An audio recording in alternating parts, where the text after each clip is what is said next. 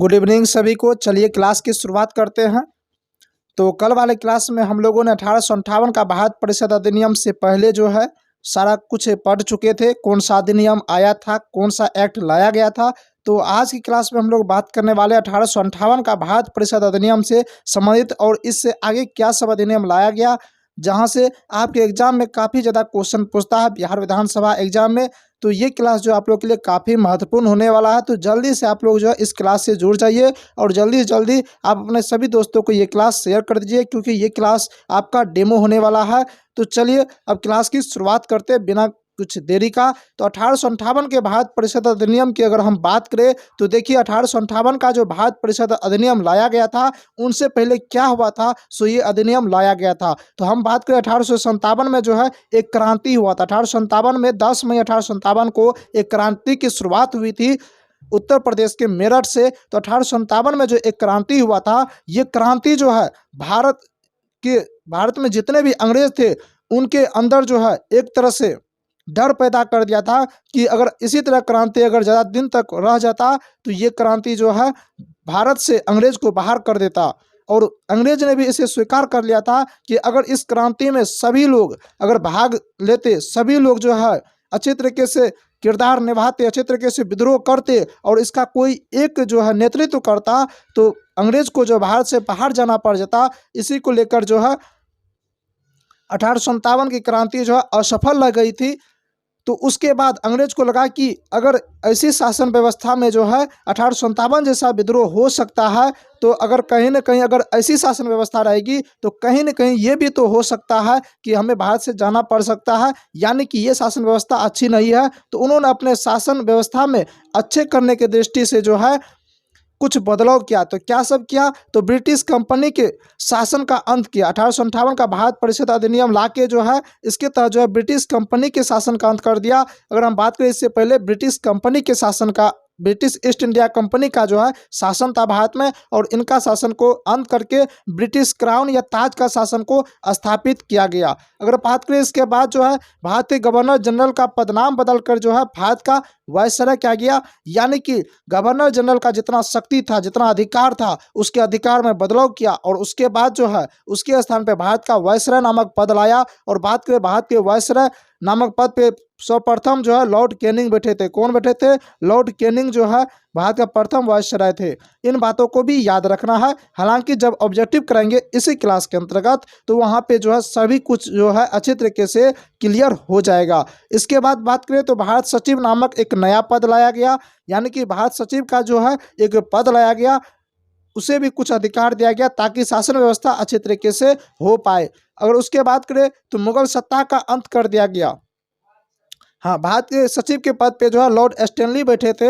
उसके बाद बात करें भारत से जो है मुगल सत्ता का अंत कर दिया गया। अगर हम मुगल सत्ता की बात करें तो इनसे पहले जो है अंग्रेज के आने से पहले जो है मुगल वंश का यहाँ पे शासन हुआ करता था। जब हिस्ट्री पढ़ेंगे वहाँ डिटेल से पढ़ेंगे तो 1526 ईस्वी में जो है बाबर ने मुगल वंश की स्थापना किया था और तब से जो है मुगल शासन का अंत हो रहा था। तो मुगल सत्ता का जो है 1858 के क्रांति के दौरान जो है अंत कर दिया गया, इसलिए कि अंग्रेज को ये बात लगा कि अभी जो मुगल वंश का शासन है, राजा महाराजा है और इन्हीं के द्वारा जो है ये विद्रोह हुआ था और आगे भी विद्रोह हो सकता है, इसलिए उन्होंने मुगल सत्ता का ही अंत कर दिया। अब बात करते हैं इसके आगे कौन सा अधिनियम लाया गया, तो 1861 का भारत परिषद अधिनियम लाया गया। 1861 के भारत परिषद अधिनियम की बात करें तो इसके तहत जो है वायसराय को अध्यादेश जारी करने का अधिकार दिया गया। यहाँ हम समझते हैं कि अध्यादेश क्या होता है, तो अध्यादेश एक प्रकार का अस्थायी कानून होता है। अध्यादेश जो है अस्थायी कानून होता है, यानी कि इनका मतलब ये हो गया कि अगर कम समय के लिए कोई कानून लाया जाएगा, कोई कानून बनाया जाएगा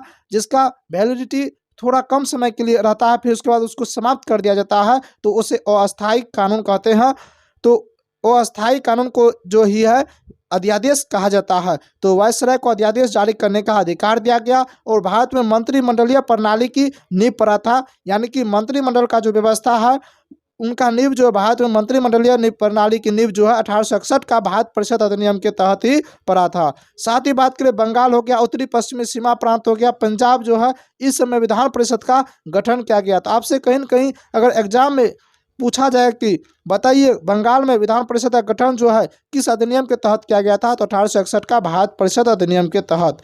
नेक्स्ट देखते हैं 1873 का अधिनियम की बात करें तो यहाँ से जो है ज़्यादातर क्वेश्चन नहीं पूछा जाता है, लेकिन एक दो पॉइंट है जो एग्जाम के दृष्टिकोण से याद करना जरूरी हो जाता है। तो ब्रिटिश कंपनी को कभी भी भंग किया जा सकता है, यानी कि इस अधिनियम के तहत ये बात कही गई कि ब्रिटिश कंपनी को जो है कभी भी भंग किया जा सकता है। और इसी के तहत 1 जनवरी 1884 को ब्रिटिश कंपनी को औपचारिक तौर पर जो है भंग भी किया गया। 1892 का भारत परिषद अधिनियम आया, उसके बाद 1892 का भारत परिषद अधिनियम लाया गया। इसमें क्या गया, ये अधिनियम जो है कांग्रेस नामक संस्था के द्वारा लाया गया था। किसके? कांग्रेस नामक संस्था के दबाव में आकर जो है ये अधिनियम लाया गया था। अगर हम बात करें 28 दिसंबर 1885 को जो है कांग्रेस नामक संस्था का गठन किया गया और कांग्रेस नामक संस्था ने 1892 का भारत परिषद अधिनियम जो है लाया गया इसके दबाव में। अगर बात करें इसके तहत क्या सब हुआ, तो एक दो पॉइंट जो है आपके एग्जाम में कई बार पूछा जाता है, ये बात पॉइंट को नोट कर लीजिएगा। एक अप्रत्यक्ष निर्वाचन प्रणाली की शुरुआत किया गया। इस अधिनियम के तहत जो है अप्रत्यक्ष निर्वाचन प्रणाली की शुरुआत किया गया, यानी कि अप्रत्यक्ष निर्वाचन प्रणाली का मतलब यहाँ समझेंगे तो यानी कि डायरेक्ट वे में आप भाग नहीं, आम जनता भाग नहीं लेता था इस चुनाव में, उसे हम अप्रत्यक्ष निर्वाचन प्रणाली कहते हैं। और इसी की शुरुआत जो है 1892 के भारत परिषद अधिनियम के तहत लाया गया। उसके बाद बात करें विधान परिषद के सदस्यों को प्रश्न पूछने का अधिकार दिया गया, लेकिन पूरक प्रश्न पूछने का अधिकार नहीं दिया गया, यानी विधान परिषद के सदस्य जो है अब प्रश्न भी पूछ सकता था। ये बात 1892 के भारत शासन अधिनियम के तहत कहा गया। और इसी के तहत जो है विधान परिषद के सदस्यों को बजट पर भी बोलने का अधिकार दिया गया, लेकिन मतदान करने का अधिकार नहीं दिया गया। बजट होता है सरकार का एक वर्ष का लेखा जोखा होता है, कितना वो खर्च करता है किस विभाग में और कितना उनकी आय है, इनका जो लेखा जोखा रहता है, जिस पत्र में लिखा रहता है उसे बजट कहा जाता है। और बजट पे बोलने का अधिकार विधान परिषद के सदस्य को दिया गया, लेकिन बजट पे मतदान करने का अधिकार नहीं दिया गया। नेक्स्ट बात करते हैं 1909 का भारत शासन अधिनियम की बात करें तो 1909 का भारत शासन अधिनियम लाया गया और ये अधिनियम जो है भारत के भारत सचिव लॉर्ड मार्ले और भारतीय वायसराय लॉर्ड मिंटो ने मिलकर बनाया था, जिसका इस अधिनियम को मार्ले मिंटो एक्ट भी कहते हैं, और इस अधिनियम के पारित होने के समय ब्रिटिश प्रधानमंत्री H. एक्विथ थे। ये सब पॉइंट आपको याद रखना है। आप लोग जो है ये मत सोचिएगा कि अगर ये ब्लू में लिखा हुआ है तो वो इम्पोर्टेंट है, जो ब्लू में लिखा हुआ वो जो है उससे संबंधित पॉइंट है, और जो ब्लैक में लिखा हुआ है वो जो है उनसे जो प्रावधान लाया गया था वो सभी बातें हैं। इनके तहत जो है मुसलमान को पृथक निर्वाचन का अधिकार दिया गया, विधान परिषद के सदस्य को बजट पे मतदान करने का भी अधिकार दिया गया। किस अधिनियम के तहत? 1909 के भारत शासन अधिनियम के तहत विधान परिषद के सदस्य को पूरक प्रश्न पूछने का भी अधिकार दिया गया और वायसराय की कार्यकारिणी परिषद में एक भारतीय सदस्य को शामिल किया जाएगा, ये बात कही गई। पहले जो है वायसराय का जो भी कार्यकारिणी परिषद होता था उसमें भारतीय सदस्य नहीं रहता था, सब के सब अंग्रेज सदस्य रहते थे। तो उसके बाद इस अधिनियम के तहत ये बात कहा गया कि अब जो है उसमें एक भारतीय सदस्य भी शामिल रहेगा। उसके बाद जो है 1919 का भारत शासन अधिनियम लाया गया। अगर हम बात करें 1919 के भारत शासन अधिनियम की, तो इस अधिनियम को भारत सचिव लॉर्ड मॉन्टेग्यू और भारतीय वायसराय चेम्सफोर्ड ने मिलकर बनाया था, जिस कारण इस अधिनियम को मॉन्टेग्यू चेम्सफोर्ड सुधार अधिनियम कहते हैं। और इस समय ब्रिटेन के प्रधानमंत्री लॉर्ड जॉर्ज थे। अगर हम बात करें 1919 के भारत शासन अधिनियम की, इसके तहत क्या सब प्रावधान किया गया उनको देखते हैं। तो इसके तहत जो है प्रत्येक चुनाव प्रणाली की शुरुआत किया गया। आपसे पूछा प्रत्येक चुनाव प्रणाली की शुरुआत जो है किस अधिनियम के तहत किया गया, तो 1919 के भारत शासन अधिनियम के तहत। और इसी के तहत महिलाओं को मतदान करने का भी अधिकार दिया गया, यानी कि अब महिला भी मतदान कर सकती थी। ये बात जो 1919 के भारत शासन अधिनियम के तहत दिया गया, ये अधिकार दिया गया। और बात करें इससे संबंधित, तो केंद्रीय बजट से राज्य के बजट को अलग किया गया, यानी कि पहले केंद्र का और राज्य का बजट एक होता था, और इसके तहत जो है केंद्र का बजट और राज्य के बजट को अलग कर दिया गया। केंद्र में द्विसदनीय विधायिका का प्रावधान किया गया। जिस तरह अभी आप अगर पढ़िएगा आगे या पढ़े होंगे तो अभी आप देखे होंगे कि संसद में जो है 2 सदन होता है, लोकसभा और राज्यसभा, यानी कि द्विसदनीय विधायिका होता है, सदन जो है कानून बनाता है। तो ये प्रावधान जो है केंद्र में, यहाँ पूछ रहा है केंद्र में अगर द्विसदनीय विधायिका का प्रावधान जो है उस समय लाया गया था, कौन सा? एक राज्य परिषद और केंद्रीय विधानसभा लाया गया था। किस अधिनियम के तहत? 1919 के भारत शासन अधिनियम के तहत। इसके तहत जो प्रांत में द्वैत शासन लागू किया गया था और संघ लोक सेवा आयोग का गठन भी जो है इसी के तहत किया गया था 1926 ईस्वी में। इसके बाद बात करें भारत शासन अधिनियम 1935 का, जो कि सबसे ज्यादा महत्वपूर्ण जो अधिनियम है यही अधिनियम है। अगर बात करें जिनको भी इनसे संबंधित ये पीडीएफ आप लेना चाह रहे हैं, ये सब्जेक्टिव वाला पीडीएफ अगर आप लेना चाहते हैं तो डिस्क्रिप्शन में जो है टेलीग्राम चैनल का लिंक दिया गया है, वहाँ पे आपको मिल जाएगा। टेलीग्राम चैनल से आप ज्वाइन हो जाइएगा, सारी इन्फॉर्मेशन वहाँ मिल जाएगी। और जिनको 3000 क्वेश्चन का जो जीके तैयार किया गया आपके एग्जाम के दृष्टिकोण से, अगर वो वाला पीडीएफ आप चाहते हैं तो उनके लिए जो है आपको दिए गए नंबर पे व्हाट्सअप करना है, वहाँ पे जो है आपको पीडीएफ मिल जाएगा। बहुत ही कम फी में जो है 3000 क्वेश्चन का पीडीएफ आपको मिल जाएगा। तो आप जो है अगर 3000 क्वेश्चन का पीडीएफ परचेज करना चाहते हैं तो दिए गए नंबर, डिस्क्रिप्शन में नंबर दिया गया, वहाँ पे आप व्हाट्सअप कीजिए, मैसेज कीजिए, आपको मिल जाएगा। और बैच भी चलती है, ऑनलाइन क्लास भी होता है। अगर आप पेड कोर्स भी लेना चाहते हैं तो उस नंबर से आप कांटेक्ट कर सकते हैं। चलिए, भारत शासन अधिनियम 1935 की बात करें तो ब्रिटिश सरकार के द्वारा पारित किया गया सबसे बड़ा अधिनियम था। ये अधिनियम जो है सबसे बड़ा अधिनियम था, ब्रिटिश सरकार के द्वारा पारित किया गया सबसे बड़ा अधिनियम था। और इस अधिनियम में 321 अनुच्छेद और 10 अनुसूचियां थी। अनुच्छेद क्या होता है, अनुसूची क्या होता है, आगे पढ़ेंगे। एक चैप्टर ये अनुसूची, वहाँ पे डिटेल्स इनके बारे में समझेंगे। इसके समय ब्रिटेन के प्रधानमंत्री स्टैनली ब्लैडविन थे और यह भारतीय संविधान का सबसे महत्वपूर्ण स्रोत है, क्योंकि भारतीय संविधान के अधिकतर प्रावधान जो है इसी से लिया गया है। अगर हम बात करें वर्तमान में जो भारतीय संविधान बना है उसमें जितना भी प्रावधान लिया गया, अधिकांश प्रावधान जो है लगभग 250 प्लस अनुच्छेद जो है इसी शासन अधिनियम से लिया गया है। इसलिए हमारे संविधान को जो है भारत शासन अधिनियम 1935 का टू कॉपी भी कहा जाता है। इसके बाद जो है इसके तहत क्या सब प्रावधान किया गया, तो प्रांत में विधानसभा का चुनाव कराया गया। प्रांत में विधानसभा का चुनाव कराया गया और प्रांत में सर्वप्रथम विधानसभा का चुनाव 1937 में हुआ। इसके तहत प्रांत में विधानसभा का चुनाव 1937 ईस्वी में हुआ। और प्रांत में द्विसदनीय विधायिका का प्रावधान भी किया गया। द्विसदनीय देखिए केंद्र में वहां पे था, और प्रांत की बात करें तो प्रांत में द्विसदनीय विधायिका का प्रावधान जो है 1935 के तहत किया गया। संघीय न्यायालय की स्थापना इसके तहत किया गया 1937 ईस्वी में। संघ सूची, राज सूची और समवर्ती सूची का प्रावधान किया गया। आपसे कई बार पूछा जाएगा कि संघ सूची, राज सूची और समवर्ती सूची का प्रावधान किस अधिनियम के तहत किया गया, तो भारत शासन अधिनियम 1935 के तहत। और वर्तमान के संविधान में भी जो है संघ सूची, राज सूची और समवर्ती सूची का प्रावधान कहाँ से लिया गया है, तो भारत शासन अधिनियम 1935 से लिया गया है।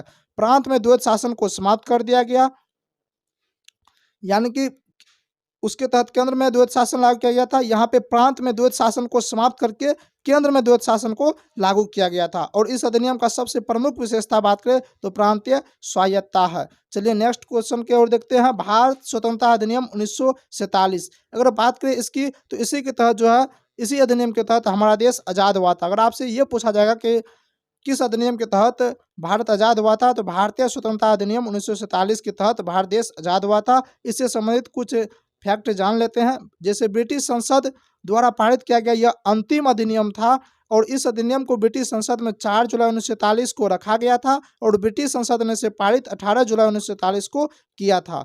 और बात करें माउंटबेटन योजना को स्वीकृति दी गई थी, जिसके तहत भारत को आज़ादी मिली और भारत का विभाजन हुआ और पाकिस्तान का निर्माण हुआ।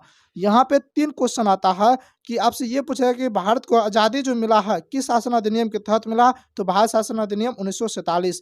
पाकिस्तान का निर्माण किस शासन अधिनियम के तहत हुआ, इसी अधिनियम के तहत। आपसे ये पूछा भारत का विभाजन किस अधिनियम के तहत हुआ, तो भारत शासन अधिनियम 1947 के तहत। और माउंटबेटन योजना को स्वीकृति किस अधिनियम के तहत मिला, तो भारत शासन अधिनियम 1947 के तहत। इसके तहत जो है भारत सचिव के पद को जो है समाप्त कर दिया गया और राष्ट्रमंडल के सचिव का पद लाया गया। और बाल्कन प्लान का संबंध पूछे किस अधिनियम से है, तो बाल्कन प्लान का संबंध जो है भारत शासन अधिनियम 1947 से है। भारत स्वतंत्रता अधिनियम 1947 से है। यहाँ तक जो है हमने अच्छे तरीके से इस वाले क्लास को हमने पढ़ लिया। जितना भी आपका अधिनियम लाया गया था और जितना भी इम्पोर्टेंट फैक्ट था सभी को पढ़ लिया। अब जो है अगर आपने पढ़ लिया तो अब बात आ जाती है कितना आपको याद हुआ नहीं हुआ। तो इससे संबंधित जितना ऑब्जेक्टिव क्वेश्चन बन सकता है वो सभी ऑब्जेक्टिव क्वेश्चन को देखते हैं।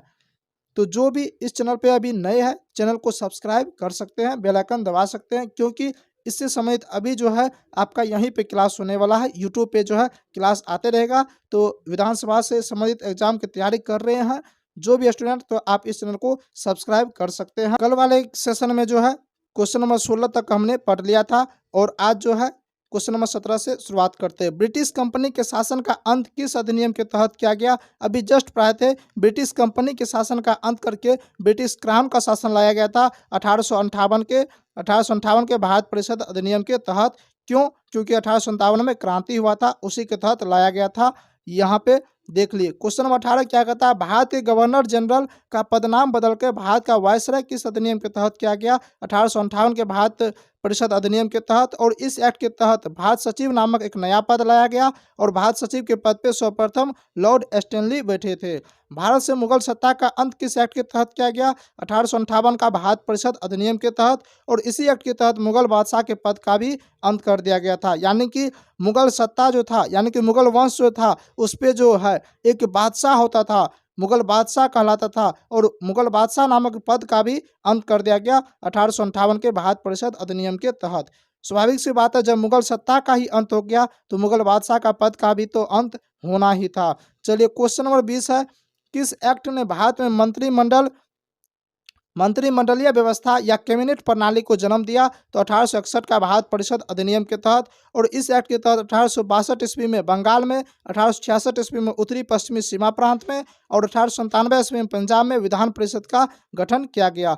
किस अधिनियम के तहत भारत में अप्रत्यक्ष निर्वाचन प्रणाली की शुरुआत हुई? 1893 का भारत परिषद अधिनियम के तहत। हालांकि अभी जिसने अच्छे तरीके से पढ़ लिया होगा ये सभी क्वेश्चन बन रहा होगा। मार्ले मिंटो एक्ट कब आया था? तो मार्ले मिंटो एक्ट जो है 1909 ईस्वी में आया था और इसका उद्देश्य जो है पृथक निर्वाचन प्रणाली था। इसका उद्देश्य पृथक निर्वाचन प्रणाली था। ये क्वेश्चन को आप लोग वीवीआई कर लीजिएगा, कई बार क्वेश्चन पूछा गया है कि मार्ले मिंटो एक्ट कब आया था? 1909 ईस्वी में। केंद्र में द्विसदनीय विधायिका का प्रावधान किस अधिनियम के तहत लाया गया? यहाँ पे केंद्र पूछा जा रहा है, इसलिए 1919 के भारत शासन अधिनियम के तहत।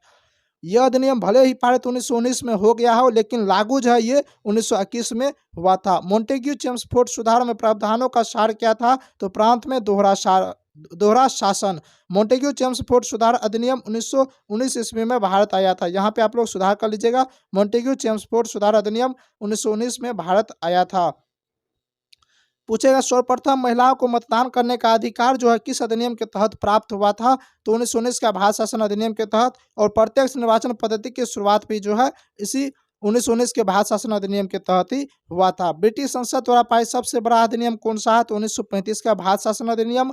और इस अधिनियम के पारित होने के समय ब्रिटेन के प्रधानमंत्री स्टैनली बाल्डविन हुआ करते थे। नेक्स्ट क्वेश्चन की बात करें, प्रांत में द्वैत शासन का अंत जो है किस अधिनियम के तहत समाप्त किया गया? 1935 के भारत शासन अधिनियम के तहत। और प्रांत में द्वैत शासन को लागू जो 1919 का भारत शासन अधिनियम के तहत किया गया था। भारतीय संविधान के अधिकतर प्रावधान किस अधिनियम से लिया गया है? तो भारत शासन अधिनियम 1935। अभी जस्ट बताए थे कि 250 प्लस अनुच्छेद जो है इसी अधिनियम से लिया गया है। इस अधिनियम में 321 अनुच्छेद और 10 अनुसूचियां थी। राज्य में द्विसदनीय विधायिका अर्थात विधानसभा और विधान परिषद का प्रावधान किस अधिनियम के तहत लाया गया? 1935 के तहत। अभी जो है राज्य में जो है 2 सदन है, एक विधानसभा और विधान परिषद। और इसका प्रावधान जो है अंग्रेज के समय में, यानी कि स्वतंत्रता होने से पहले, भारत आजाद होने से पहले जो है किस अधिनियम के तहत लाया गया था? तो भारत शासन अधिनियम 1935 के तहत लाया गया था। और प्रांत में सर्वप्रथम विधानसभा का चुनाव कब हुआ था? 1937 में हुआ था। इसको जो है आप लोग वीवीआई कर लीजिएगा, क्योंकि आप विधानसभा के एग्जाम की तैयारी कर रहे हैं, और ये क्वेश्चन जो है आपसे पूछा जा सकता है। तो प्रांत में सर्वप्रथम विधानसभा का चुनाव कब हुआ था? 1937 ईस्वी में। और प्रांत में सर्वप्रथम विधानसभा का चुनाव 1937 ईस्वी में भारत शासन अधिनियम 1935 के तहत किया गया था। क्वेश्चन नंबर 31 क्या कहता है? संघीय न्यायालय की स्थापना किस अधिनियम के तहत हुआ था? तो भारत शासन अधिनियम 1935 के तहत। और कब हुआ था? 1937 ईस्वी में हुआ था। पहली बार किस अधिनियम में संघ सूची, राज सूची और समवर्ती सूची का प्रावधान किया गया? तो भारत शासन अधिनियम 1935 के तहत। और इस अधिनियम के तहत जो है केंद्र में द्वैत शासन लागू किया गया। इस अधिनियम के तहत केंद्र में जो है द्वैत शासन लागू किया गया। और भारतीय स्वतंत्रता अधिनियम 1947 कब पारित किया गया, तो 18 जुलाई 1947 को। और यह अधिनियम 4 जुलाई 1947 को ब्रिटिश संसद में रखा गया और 18 जुलाई 1947 को पारित किया गया। इस अधिनियम के तहत भारत सचिव के पद को समाप्त करके राष्ट्रमंडल के सचिव का पद लाया गया। हालांकि अभी जस्ट अच्छे तरीके से पढ़ाए थे। फाल्कन प्लान का संबंध पूछेगा तो भारतीय स्वतंत्रता अधिनियम 1947, आजादी के समय ब्रिटेन के प्रधानमंत्री क्लेमेंट एटली थे। राज्य लोक सेवा आयोग, ये बहुत अच्छा क्वेश्चन है जो कि अभी वहाँ पे छूट गया था, तो यहाँ पे कर लेते हैं। यही फायदा होता है सब्जेक्टिव और ऑब्जेक्टिव पढ़ने का कि अगर कोई क्वेश्चन वहाँ पे अगर छूट रहा है तो ऑब्जेक्टिव के माध्यम से सारा कुछ क्लियर हो जाएगा। पूछेगा राज्य लोक सेवा आयोग तथा संयुक्त लोक सेवा आयोग का गठन किस अधिनियम के तहत किया गया, तो भारत शासन अधिनियम 1935 के तहत। और 1919 के अधिनियम के तहत संघ लोक सेवा आयोग का गठन का प्रावधान किया गया। आपसे पूछेगा संघ लोक सेवा आयोग का गठन 1919, और पूछेगा राज्य लोक सेवा आयोग और संयुक्त लोक सेवा आयोग का, तो भारत शासन अधिनियम 1935। भारत का संविधान लागू होने तक स्वतंत्रता के पश्चात इसका शासन किसके अंतर्गत चला गया, तो 1935 के भारत शासन अधिनियम के तहत ही जो है। देखिए जब देश आजाद हो गया तो जल्दी तुरंत संविधान का निर्माण नहीं हुआ था, संविधान का निर्माण होने में समय लगता, तब तक जो है भारत शासन अधिनियम 1935 के तहत ही जो है शासन प्रशासन हो रहा था। किस अधिनियम के प्रमुख विशेषता प्रांतीय स्वायत्ता है, तो 1935 के भारत शासन अधिनियम। साइमन कमीशन की नियुक्ति कब हुआ था, तो 8 नवंबर 1927 को किया गया था। लॉटरी रेगुलेशन एक्ट या लॉटरी नियमन अधिनियम किस वर्ष पारित किया गया, तो 1998 ईस्वी में। और यह अधिनियम भारत के संसद द्वारा 7 जुलाई 1998 को अधिनियम किया गया और 2 अक्टूबर 1998 को लागू किया गया। राज्य में पूछेगा द्विसदनीय विधायिका अर्थात विधानसभा और विधान परिषद का प्रावधान किसके तहत किया गया, भारत शासन अधिनियम 1935 के तहत। हालांकि ये क्वेश्चन जो है रिपीट हो गया है। किस विधानमंडल ने भारतीय स्वतंत्रता अधिनियम 1947 को पारित किया था, तो ब्रिटिश संसद ने। और केंद्रीय विधान परिषद में मुस्लिम वर्ग के लिए पृथक निर्वाचन की व्यवस्था 1909 के भारतीय परिषद अधिनियम के तहत किया गया था। तो यहाँ तक जो है आपका ये वाला चैप्टर खत्म हो जाता है, समाप्त हो जाता है। यहाँ से आपका संविधान सभा नामक चैप्टर शुरुआत होती है। संविधान सभा नामक चैप्टर की शुरुआत होती है, तो कल वाले क्लास में जो है संविधान सभा नामक चैप्टर की शुरुआत करेंगे। वहाँ पे अच्छे तरीके से डिटेल से समझेंगे संविधान सभा क्या होता है, कैसे संविधान का निर्माण हुआ, इन सब के बारे में। तो जो भी नए स्टूडेंट है आप इस चैनल को सब्सक्राइब कर सकते हैं। तो मिलते हैं अब नेक्स्ट क्लास में, तब तक के लिए जय हिंद।